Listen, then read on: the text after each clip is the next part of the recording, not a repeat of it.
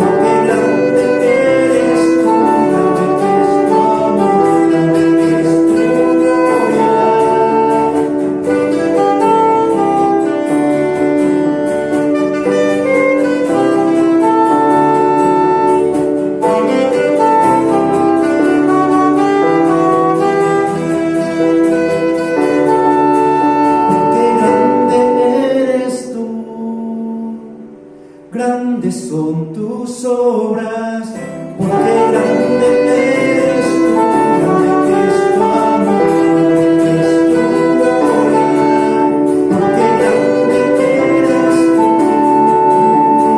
Grandes son tus obras, porque grande eres tú, grande es tu amor, grande es tu gloria, porque grande eres tú. Grandes son tus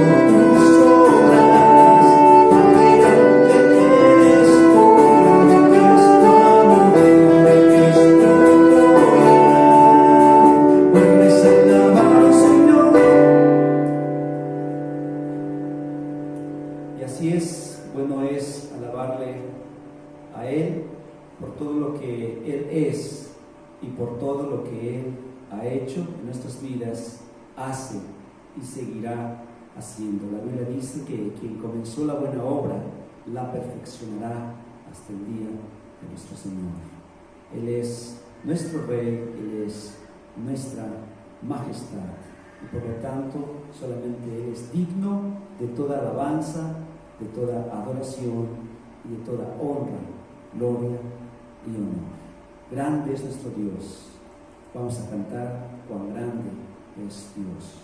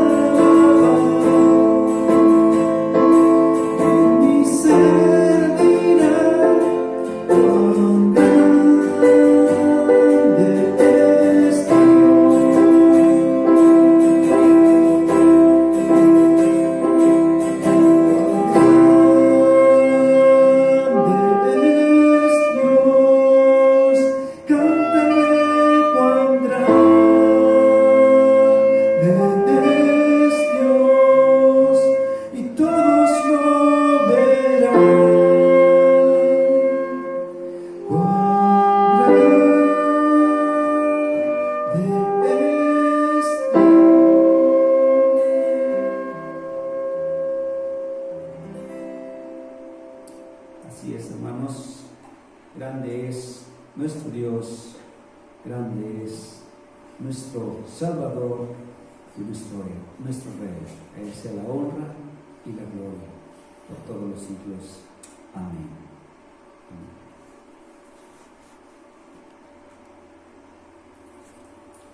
Bien, hermanos, vamos a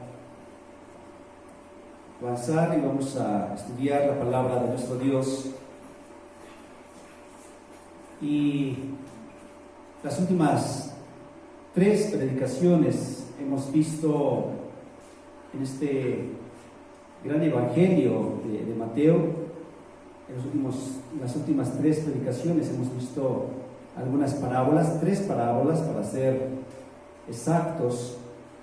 Y vamos a avanzar ahora en este capítulo 22 a partir del versículo 15. Mateo capítulo 22, versículo 15.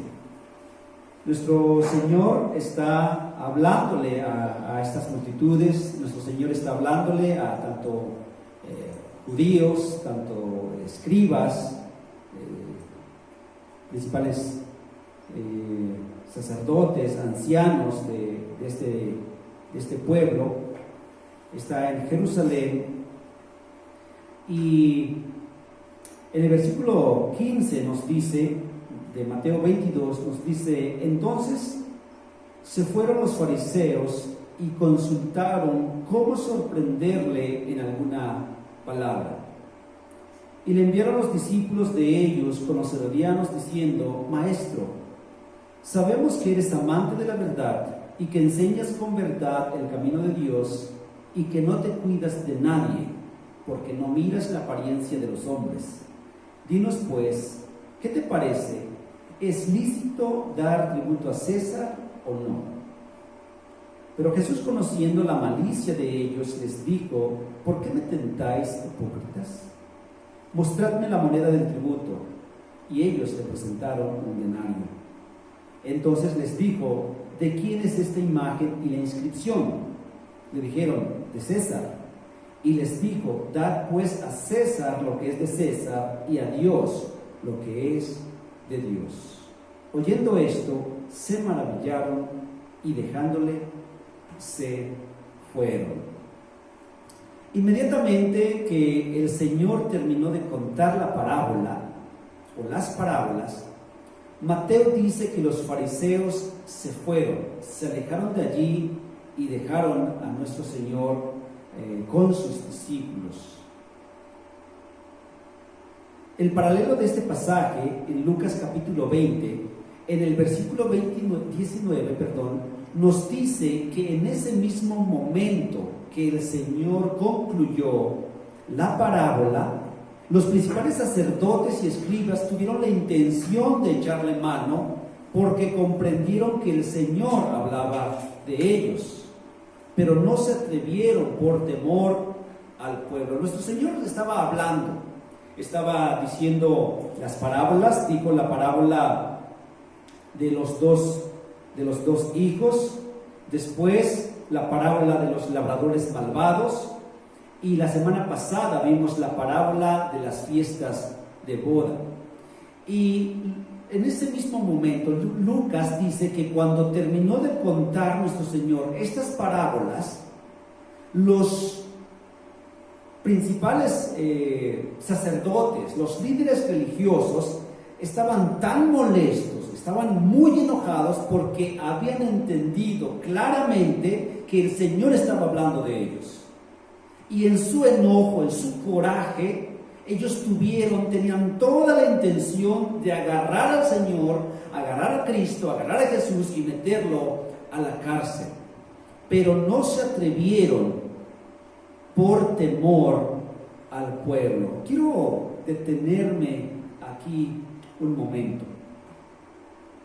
Resulta interesante que este grupo no se atrevía a decir algo o a hacer algo cuando sabían que el pueblo reaccionaría en contra de ellos. Porque este grupo, tanto fariseos o en general los principales líderes religiosos, ellos sabían en lo profundo, reconocían que estaban actuando por envidia y odio. Ellos sabían que la motivación principal no era algo justo.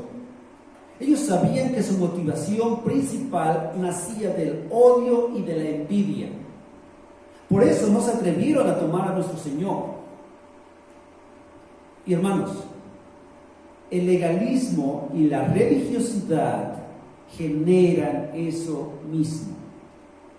Generan envidia y generan odio. Es importante que nosotros tengamos muy en cuenta esto. El legalismo y la religiosidad generan envidia y odio. El legalismo y la religiosidad se basan en una interpretación propia, en un punto de vista propio y en un juicio conforme a su propia opinión y no conforme a las Escrituras. En pocas palabras, el legalismo y la religiosidad se basan en la propia voluntad del hombre, basada en las obras y no en la fe. Esa es la razón por la cual el legalismo y la religiosidad dan como resultado envidia y odio. Eso mismo vemos en este grupo de hombres líderes religiosos.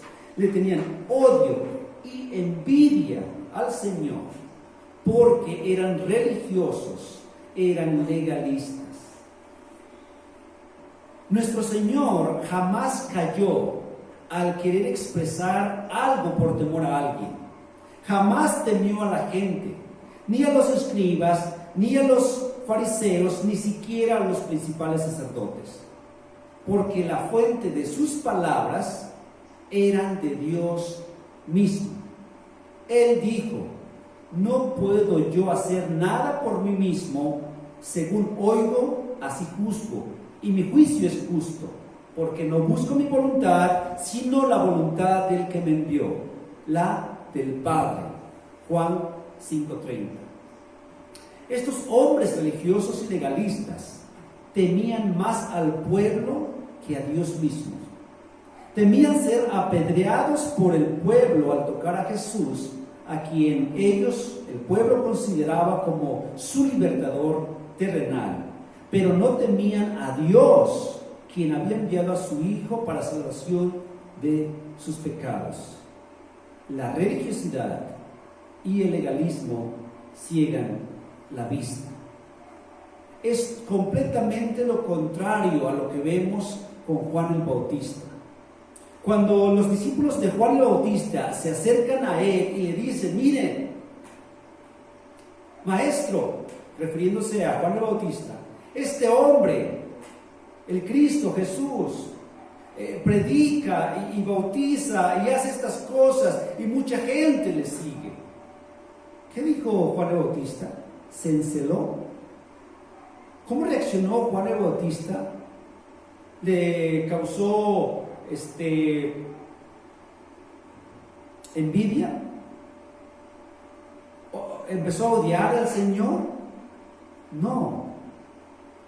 Juan el Bautista dijo con toda sinceridad y con toda humildad: es necesario que Él crezca y que yo mengue. Ese es el corazón de una verdadera religión. Ese es el corazón de una verdadera religión. Ese es el corazón de una verdadera comunión con Dios. Ese es el corazón de una verdadera relación con nuestro Señor, como la de Juan el Bautista. Este grupo de principales líderes religiosos, cuando vieron a Jesús hacer todas estas cosas, en lugar de decir lo mismo que Juan, de decir: es necesario que Él crezca y que nosotros menguamos, ellos en su corazón nació odio y envidia, y por eso querían matarle. Esa no es la verdadera religión. Ese es legalismo, ese es religiosidad. Hermanos, debemos de tener cuidado, mucho cuidado de qué es lo que nosotros estamos practicando. Una verdadera religión como la de Juan el Bautista, en donde queremos que todos crezcan y que nosotros menguemos, o estamos practicando este legalismo y religiosidad de los principales líderes de allí de Jerusalén, que al ver a Jesús nació odio y envidia en su corazón. Este grupo, junto con el grupo de los herodianos, este grupo de fariseos, junto con otro grupo llamado los herodianos, tuvieron un consejo para ver qué podían hacer para atrapar legalmente, entre comillas, a Cristo. Aquí vemos una vez más a los enemigos del Señor buscando una manera de atraparle. ¿Y por qué digo una vez más? Porque en el transcurso de lo que hemos estado viendo de Mateo, vemos una y otra vez que buscan poner una trampa a nuestro Señor para que Él caiga y tengan así la oportunidad de atrapar y meter a la cárcel. Y no solamente meter a la cárcel, sino también correr la misma suerte que Juan el Bautista, que sea asesinado. Entonces, dice Mateo en este versículo 15, entonces se fueron los fariseos y consultaron cómo sorprenderle en alguna palabra. Siempre que querían actuar para buscar cómo atrapar a nuestro Señor, tenían un consejo.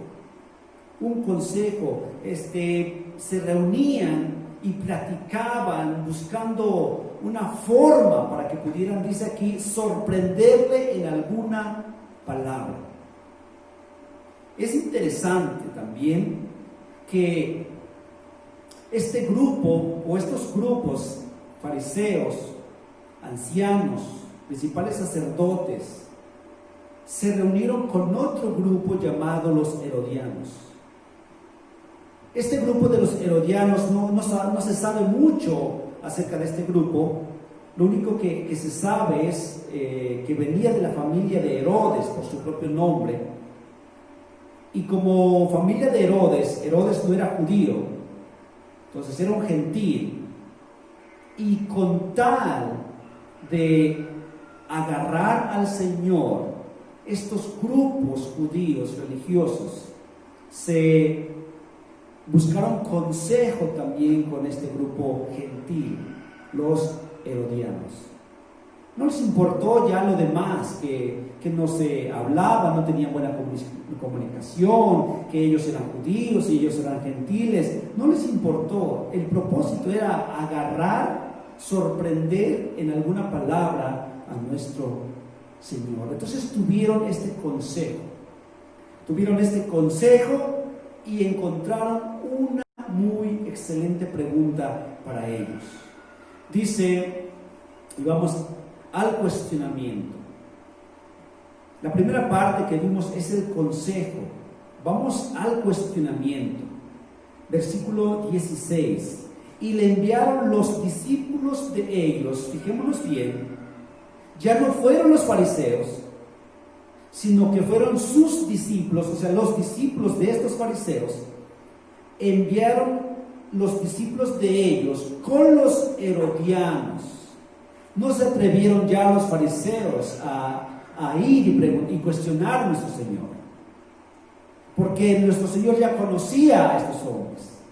No se atrevieron a dar la cara, ahora enviaron a sus discípulos, juntamente con este otro grupo, los herodianos. Y llegaron estos hombres, estos discípulos de los fariseos y este grupo de los herodianos, diciendo, maestro. Fíjense cómo llegaron estos hombres. Maestro, sabemos que eres amante de la verdad.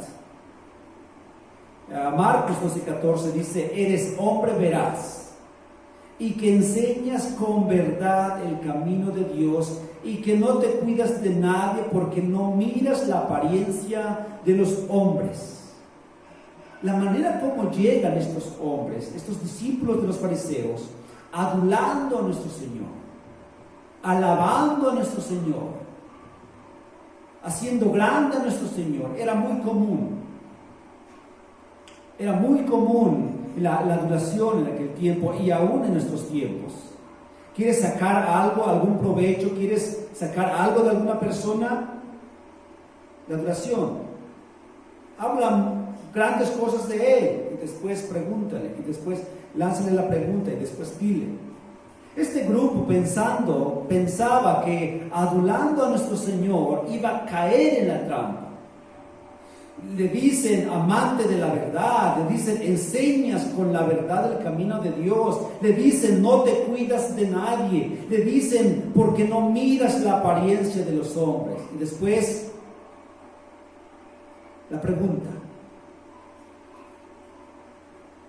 dinos pues, ¿qué te parece? ¿Es lícito dar tributo a César o no?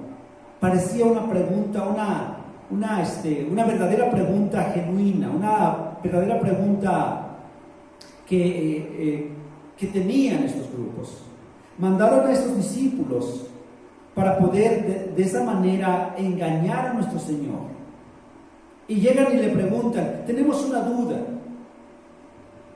En aquel tiempo y también en estos tiempos, la persona que llega y pregunta y pide un consejo es también para hacer sentir grande al que se le está pidiendo consejo. Una forma también de hacer sentir grande al que se le está preguntando. Y en esta época era muy común también esto. Las personas que eran consultadas, las personas que se les pedía con un consejo, eran personas de gran importancia. Y si a alguien se le preguntaba algún consejo, entonces esta persona ya se sentía grande. Llegan de esa manera. Queremos un consejo, Señor. Una duda, tenemos una duda. Dinos, por favor, ayúdanos en esta duda. Danos un consejo. ¿Qué podemos hacer? Algo así llegaron estos hombres. Y la pregunta era, ¿es lícito dar tributo a César o no? Esa era la pregunta que ellos habían escogido. Esa era la trampa que estos hombres habían seleccionado. ¿Por qué? La pregunta encierra otras verdades, una forma de querer atrapar de una manera maligna. Su corazón de estos hombres era malo. Al decirle es lícito dar tributo a César o no, va implícito muchas cosas. ¿Por qué?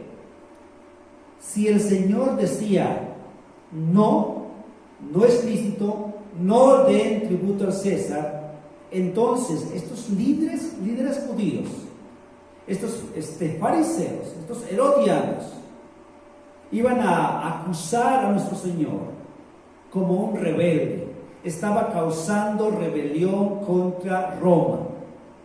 Y entonces, si lo acusaban, y había la gente, había multitud, había testigos de lo que el Señor iba a decir, entonces era muy fácil acusar a nuestro Señor, habiendo varios testigos de que nuestro Señor había dicho, no es lícito dar tributo al César. Y de esa manera, estos principales sacerdotes, estos fariseos, estos herodianos, iban a deshacerse de nuestro Señor, porque iba a venir la autoridad romana, iban a venir los soldados, iban a prender a nuestro Señor, lo iban a carcelar y como resultado la muerte. Y de esa manera estos hombres perversos, líderes religiosos, se iban a deshacer de Jesús sin mancharse las manos de sangre. Esa era la trampa. Ahora, ¿cuál era el problema si decían sí, es lícito darle tributo al César? ¿Cuál era el problema? La multitud. Recuerden que este tributo que está hablando aquí es el tributo que pagaban todos los judíos. Era un impuesto que todo judío tenía que pagarle a Roma. Esto era uno de otros impuestos que los judíos tenían que pagar. Obviamente no estaban de acuerdo los judíos, obviamente odiaban este tributo, obviamente odiaban este impuesto, y de la misma manera odiaban a todas las personas que se dedicaban a cobrar estos impuestos, que eran los publicanos. Si el Señor decía, sí, tienen la obligación, tienen el deber de darle tributo al César, entonces la multitud iba a estar en contra de nuestro Señor y tal vez corriera la suerte de ser apedreado. Y de la misma manera, los judíos se hubieran librado de nuestro Señor sin mancharse las manos de sangre nuevamente. Entonces, esa era la trampa. Los judíos creían que nuestro Señor iba a estar acorralado, como otras veces ellos pensaban. Habían tenido este consejo previo, no solamente con los fariseos, no solamente con los sacerdotes, no solamente con los ancianos, ahora habían incluido a los herodianos. ¿Cómo le podemos hacer? Ahora, estos herodianos eran gentiles y tenían mucho más relación con los romanos, con Roma.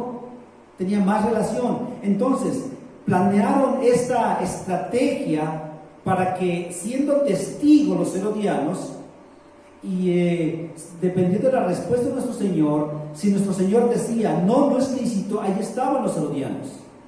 No solamente iban a testificar los principales sacerdotes de que nuestro Señor había dicho que no era lícito dar tributo al César. Estaban allí los herodianos para dar testimonio de lo que iba a decir. Pero si decía, si es lícito, estaba la multitud que odiaba a Roma y que odiaba los impuestos.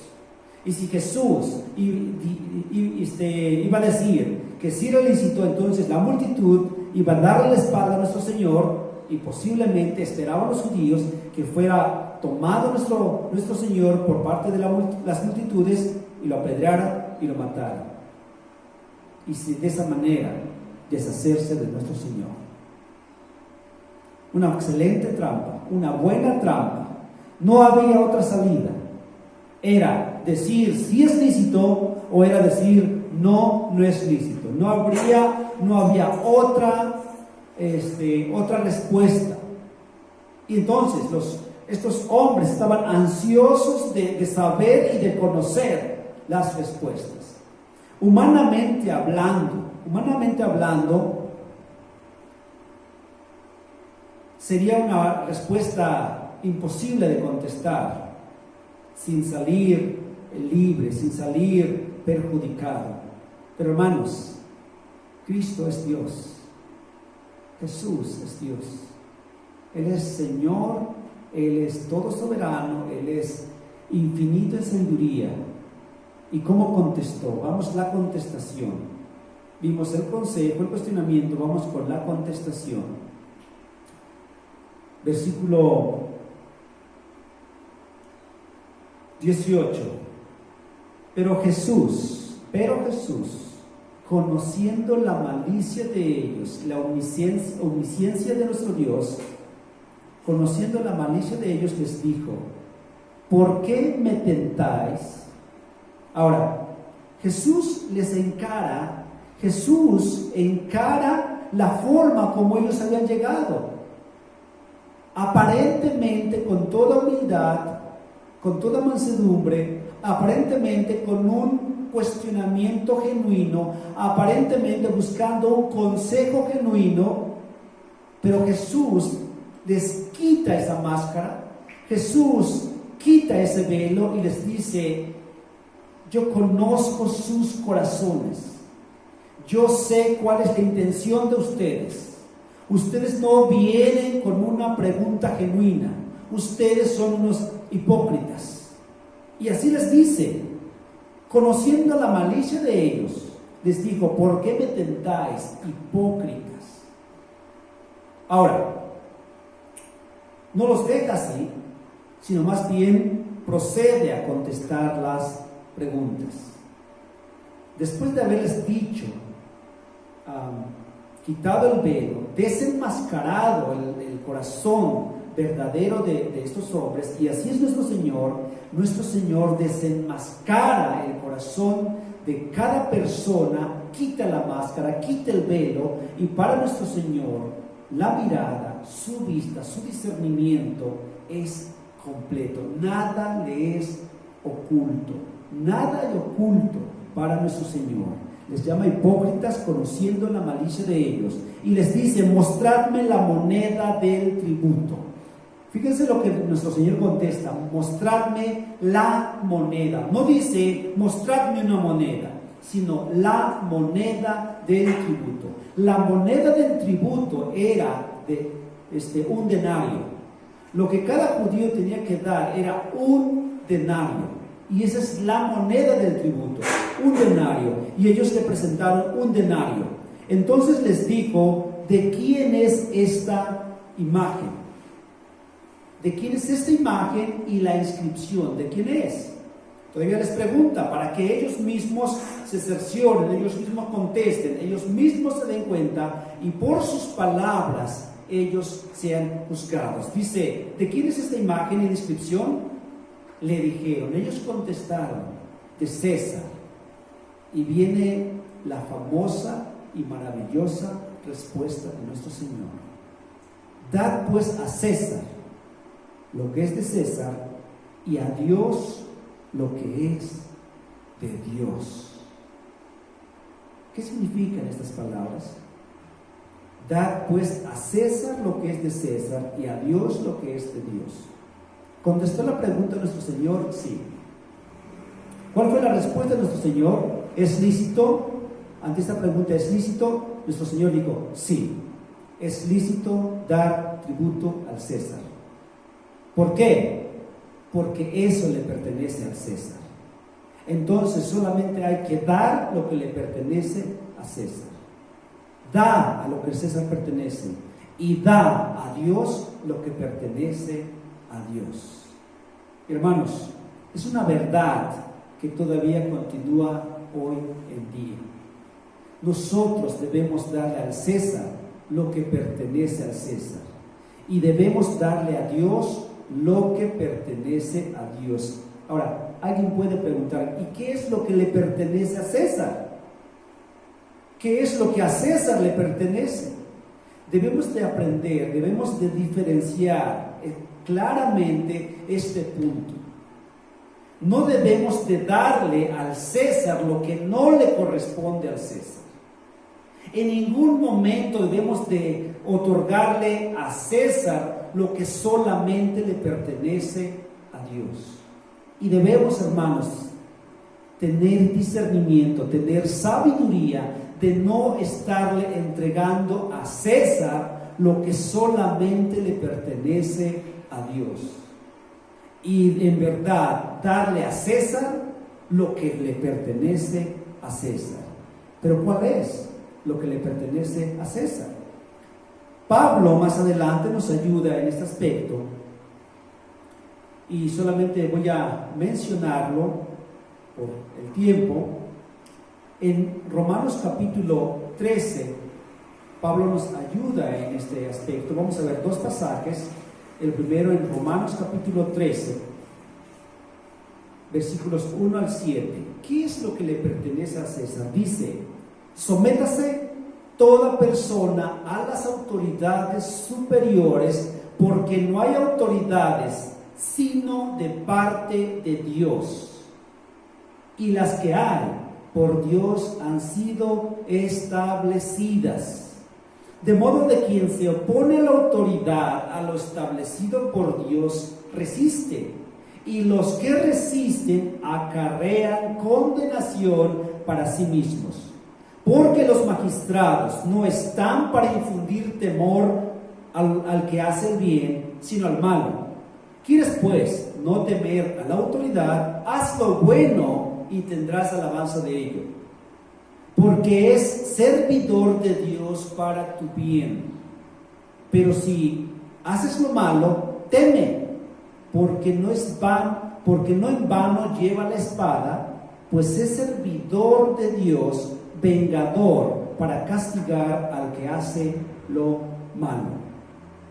Por lo cual es necesario estarles sujetos, no solamente por razón del castigo, sino también por causa de la conciencia. Pues para esto pagáis también los tributos, porque son servidores de Dios, que atienden continuamente a esto mismo. Pagad a todo lo que debéis, pagad a todos lo que debéis, al que tributo, tributo, al que impuesto, impuesto, al que respeto, respeto, al que honra, honra. Eso es lo que Pablo dice. Debemos de sujetarnos a nuestras autoridades. Debemos de hacerlo. Siempre y cuando no estemos dándole a César, a las autoridades, lo que solamente le pertenece a Dios. Aquí es muy claro, no importa qué tan justo o injusto sea la autoridad, debemos de sujetarnos. En las épocas de Pablo está hablando en una época donde la autoridad perseguía a los cristianos. Los perseguía, los encarcelaba, los torturaba y los mataba. Y vemos a Pablo está diciendo, sométate a esa autoridad. Por eso decía al inicio, debemos de tener mucho discernimiento, mucha sabiduría para saber diferenciar hasta dónde llega lo que es de César y hasta dónde llega lo que solamente puedo darle al César, porque eso ya le pertenece a Dios. Otro pasaje está en 1 de Pedro, capítulo 2. 1 de Pedro, capítulo 2, versículos 13 al 15. Por causa del Señor, no es por otra causa, sino por el Señor, someteos a toda institución humana. Someteos a toda institución humana, ya sea al rey como a superior, ya a los gobernantes como por él enviados para castigo de los malhechores y alabanza de los que hacen bien. Porque esta es la voluntad de Dios, que haciendo bien hagáis callar la ignorancia de los hombres insensatos. Hermanos, aquí nuevamente, ahora no es el apóstol Pablo, sino el apóstol Pedro nos está diciendo lo mismo. Sométanse a todas las autoridades. Hermanos, esta es la voluntad de Dios. Someternos a nuestras autoridades. Darle a César lo que es de César y a Dios lo que es de Dios. Bueno, ¿y qué pasa cuando el César está abarcando o quiere abarcar o quiere meterse en las cosas que solamente a Dios le pertenecen? ¿Qué vamos a hacer cuando César quiere meterse donde solamente Dios debe gobernar, donde son cosas de Dios que debe hacerse? Lo mismo que los apóstoles hicieron cuando les prohibieron que dejaran de predicar el Evangelio. Ahí en Hechos, cuando las autoridades le dijeron a los apóstoles, dejen de predicar a Cristo, ellos contestaron, es necesario obedecer a Dios antes que a los hombres. Pero hermanos, debemos de tener cuidado nuevamente y que Dios nos dé la sabiduría, que no estemos dándole a César lo que solamente a Dios le pertenece en todos los aspectos de nuestra vida. Honremos a nuestras autoridades, respetemos a nuestras autoridades, sometámonos a nuestras autoridades, pero que en ningún momento pase estas cosas que en ningún momento pase estas cosas a donde solamente a Dios le pertenece. Demos a César lo que es de César y demos a Dios lo que solamente a Dios pertenece. Y si en algún momento César quiere involucrarse en asuntos que solamente le competen a la iglesia, nuestra respuesta debe ser firme y sin temor, igual que los apóstoles, decir: es necesario que obedezcamos a Dios antes que a los hombres. Hermanos, que el Señor nos dé sabiduría en cada paso que demos en esta época, en todos los días de nuestra vida. Que el Señor les bendiga. Vamos a orar. Bendito Padre, gracias te damos en este momento. Gracias por tu palabra, gracias por los cantos.